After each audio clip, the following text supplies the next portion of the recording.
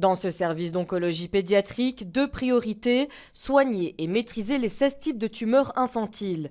Mais la recherche demande du temps et selon une enquête menée par Kik Cancer, plus de 80% des oncologues pédiatres réalisent leurs travaux de recherche sur leur temps libre. Les médecins ne peuvent pas de se contenter de l'application d'une routine. Ils doivent continuellement se tenir au courant. Et donc, ça veut dire que le temps qu'ils passent auprès de leurs patients, ce n'est que la partie visible de l'iceberg de leur travail. Derrière, ils doivent passer beaucoup de temps à lire et étudier. Et ce temps, ils ne le trouvent qu'après les heures de clinique. Faute de temps protégé, ces médecins cumulent 10 à 20 heures supplémentaires par semaine. Pourtant, en oncologie pédiatrique, les essais cliniques académiques ne sont pas un luxe. Ils constituent le standard de soins.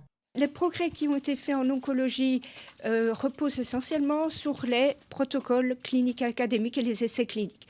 Alors ces essais cliniques sont proposés dès le diagnostic aux patients. Ils permettent non seulement d'améliorer les traitements, d'améliorer la survie des patients, mais de diminuer également les effets secondaires au long cours.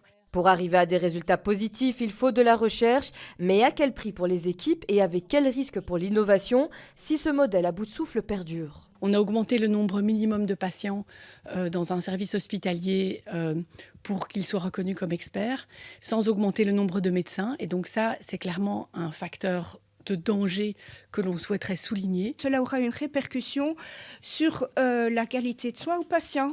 Il ne faut pas oublier qu'en oncologie pédiatrique, la majorité des améliorations thérapeutiques reposent sur la recherche clinique, les essais thérapeutiques internationaux, académiques. Grâce à la recherche clinique, le taux de survie est passé de 30% à près de 80% en quelques décennies.